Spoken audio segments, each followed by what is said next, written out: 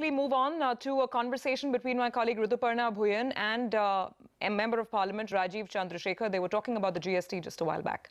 Will and the numbers within Rajya Sabha to get this bill passed within this session itself? No, I think the three issues that were contentious issues that had been raised by the opposition, principally the Congress, have been addressed. Right. The first two, as you know, the dispute resolution and the 1% cascading tax has been now dropped from the Act constitutional amendment by the government. Right. And the government and the empowered committee have come to a consensus that the GST should be a moderating tax for consumers. Yes. It should not be consumer unfriendly, and that is a commitment that they have made, and that will find place probably in the GST Act that will follow. Right. So I think all three issues have been addressed. Right.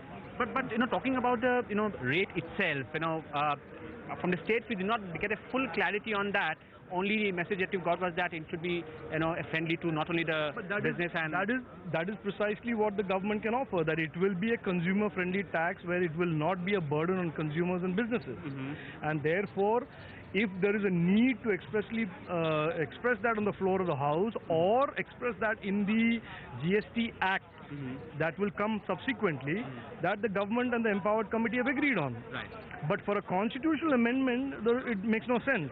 So therefore, I think all of the three issues that were the issues raised to block the GST have been effectively addressed and effectively been solved. Yeah, states also have concerns on the rate itself. They have said that do away with this concept of R&R.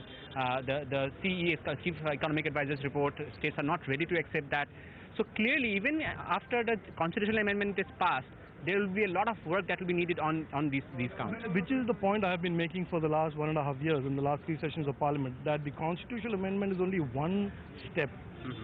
And there is still a lot of logistical issues to be sorted out in terms of implementing these two-part GST. There is a GST, there is a state GST, the whole technology platform, what the rates at the state will be, what the rates at the center will be.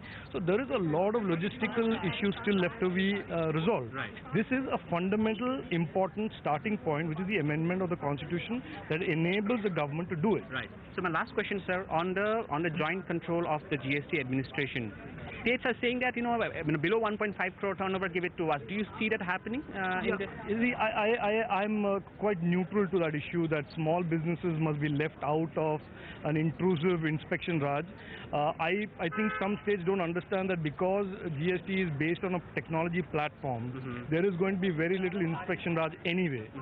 But if that is a stepping stone to an eventual evolution of the GST, and the GST will evolve, let's have no two doubts about that, that this is a start of a GST process, and over the next few years, GST will evolve and perhaps even merge into one tax, as opposed to having a state one and a center one.